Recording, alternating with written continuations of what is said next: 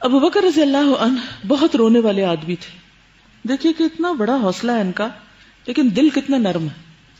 یعنی دل کی نرمی اور بہادری دونوں بیک وقت ایک شخص کے اندر جمع ہو سکتی. بہادری بڑے دل کا تقاضا کرتی، سخت جان ہونے کا تقاضا کرتی، لیکن دوسری طرف انسانوں کی ہمدردی نرم دلی کا تقاضا کرتی. قرآن پڑھتے تو آنکھوں پر قابو نہ رہتا. ان کی قرات سن کر مشرکین کی عورتیں اور بچے ٹوٹ پڑتے. ان کو اتنی اچھی لگتی ہے قرات کہ وہ دوڑے چلے آتے سننے کے لیے. وہ تعجب کرتے اور حیرت سے دیکھتے. مشرکین اس وجہ سے بھی حضرت ابو بکر کو ایذائیں پہنچاتے تھے کہ تم اونچی قرات کیوں کرتے ہو. پھر بات وہی ہے نا جو کل بھی پڑھی تھی. حضرت جعفر نے کیا کیا تھا؟ قرآن سنایا تھا. ابو بکر کیا کر رہے ہیں؟ قرآن پڑھ رہے ہیں. نبی صلی اللہ علیہ وسلم کیا کرتے تھے؟ قرآن سناتے تھے.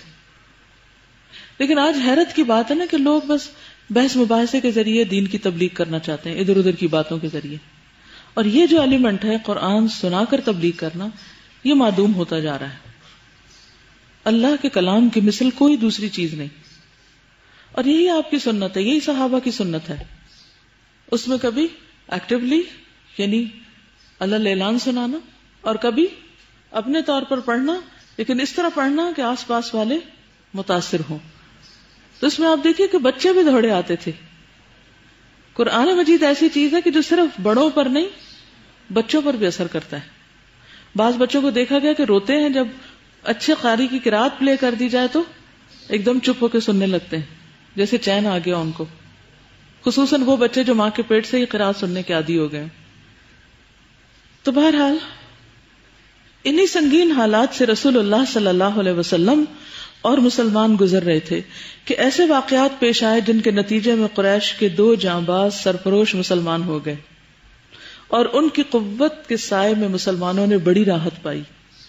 وہ ہے رسول اللہ صلی اللہ علیہ وسلم کے چچا حمزہ بن عبد المطلب اور عمر بن خطاب رضی اللہ عنہ. حالات کس طرح بدلتے ہیں. کبھی زندگی میں محرومی ہو تو اس پر رونا دھونا نہ کیا کریں. آپ کو نہیں معلوم کہ اللہ تعالیٰ کہاں سے کس کو اسی ماحول کے اندر سے آپ کو مددگار بنا دے گا.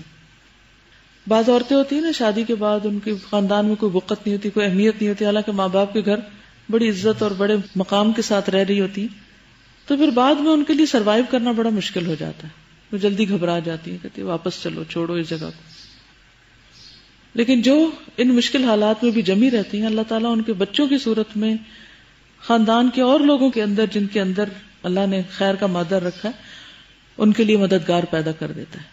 ایک بات پر تو پکا یقین ہونا چاہیے کہ اگر ایک طرف مخالفت ہے تو اللہ تعالیٰ ضرور بیلنس قائم کرے گا، دوسری طرف آپ کو مددگار دے گا. چلنا شرط ہے، ہمت سے کام لینا ضروری ہے، آگے بڑھنا ضروری ہے. پسپائی نہ کریں، کم ہمتی نہ کریں، جلدی بیک آؤٹ نہ کیا کریں، مشکلات سے گھبرا کر بیٹھ نہ جایا کریں، کیونکہ یہ اللہ کا کام ہے اور اللہ سبحانہ وتعالیٰ اپنے کام کی خود حفاظت کرتا ہے. یہ سارے ہمارے ٹیسٹ ہوتے ہیں کہ ہم ابھی اپنے ذات کے خول سے نکلے ہیں یا نہیں، ہم چھوٹی چھوٹی باتوں سے اوپر اٹھے ہیں یا نہیں. حضرت حمزہ رضی اللہ عنہ کا قبول اسلام. ان کے اسلام لانے کا واقعہ یوں ہے کہ ایک دن ابو جہل کوہ صفا کے نزدیک رسول اللہ صلی اللہ علیہ وسلم کے پاس سے گزرا تو اس نے آپ کو ایذا پہنچائی. کہا جاتا ہے کہ اس نے آپ صلی اللہ علیہ وسلم کے سر پر ایک پتھر بھی دے مارا جس سے خون بہہ نکلا. پھر وہ خانہ کعبہ کے پاس قریش کی ایک مجلس میں جا بیٹھا. عبداللہ بن جدعان کی ایک لونڈی کوہ صفا پر واقع اپنے مکان سے یہ سارا منظر دیکھ رہی تھی. تھوڑی دیر بعد حضرت حمزہ کمان حمائل کیے شکار سے واپس تشریف لائے تو اس نے سارا واقعہ کہہ سنایا. حضرت حمزہ دوڑتے ہوئے ابو جہل کے سر پہ جا سوار ہوئے. حضرت حمزہ پہلے کہاں تھے؟ حضرت حمزہ جو تھے وہ ایک نوجوان شخص تھے اور شکار سے انہیں بڑی دلچسپی تھی. تو مکہ میں جو ہو رہا ہے ان کو اپنے شکار سے دلچسپی، وہ اپنے کام میں مست ہیں. انہیں اس سے کوئی غرض نہیں کہ لوگ کیا کر رہے ہیں، کون مخالفت کر رہا ہے، کون کیا کہہ رہا ہے. تو ہر معاشرے کے اندر ایسے لوگ ہوتے ہیں کہ دنیا میں جو بھی ہوتا رہے وہ اپنے کھیل کود میں، اپنی دلچسپیوں میں، اپنے کاموں میں مصروف ہیں. تھے وہ بہت بہادر، اور شکار کر کر کے، جانوروں کا شکار کر کر کے جو کچھ انہوں نے سیکھا، تو ان کا اپنا ایک مقام بھی تھا. انہوں نے جب یہ واقعہ سنا تو ساری بہادری اور ساری اسکل اور وہ ساری لاپرواہی کے باوجود ان کے دل کے اندر جو نرم گوشہ تھا اس میں سے ایک آواز آ گئی کہ اٹھو اور مظلوم کی مدد کرو. حضرت حمزہ دوڑتے ہوئے ابو جہل کے سر پہ جا سوار ہوئے، بہت بہادر تھے، اور بولے ارے او باد شکم چھوڑنے والے، تو میرے بھتیجے کو گالی دیتا ہے. انہیں ایک طرح سے سخت الفاظ استعمال کیے، حالانکہ میں بھی اسی کے دین پر ہوں. مسلمان نہیں ہوا تھے ابھی، غصے میں جوش میں کہا میں بھی اسی کے دین پر ہوں، میں بھی اسی کے ساتھ ہوں. انہیں ایک جذباتی حمایت تھی. اس کے بعد میں سوچا کہ میں نے کیا کہہ دیا. پھر کچھ روز غور و فکر کے بعد مسلمان ہو گئے تھے. اس کے بعد اسے اس زور سے کمان ماری ابو جہل کو کہ اس کے سر پر بدترین قسم کا زخم آ گیا. اس پر دونوں قبیلے بنو مخزوم اور بنو ہاشم ایک دوسرے کے خلاف بھڑک اٹھے.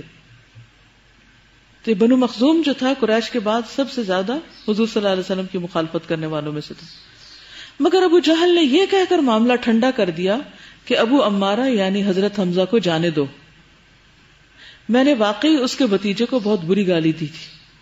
یعنی حضور صلی اللہ علیہ وسلم کو گالی دی تھی اس نے. ظاہر ہے کہ حضرت حمزہ رضی اللہ عنہ کا اسلام محض حمیت کے طور پر تھا، یعنی غیرت میں آ کر انہوں نے ایسا کیا تھا. گویا کسی قصد و ارادے کے بغیر زبان سبقت کر گئی تھی، بھی دل میں نہیں تھا، زبان سے بول دیا. تو بعض اوقات ایسا ہوتا ہے نا کہ ہمارے منہ سے کوئی لفظ نکل جاتا ہے اچھا یا برا، تو پھر چیزیں اس کے مطابق ہی ہونے لگتی. لیکن پھر اللہ نے ان کا سینہ اسلام کے لیے کھول دیا. وہ قریش کے بڑے معزز اور مضبوط جوان تھے، یہاں تک کہ ان کا لقب اسد اللہ کا شیر پڑ گیا. وہ ذی الحجہ سن 6 نبوت میں مسلمان ہوئے.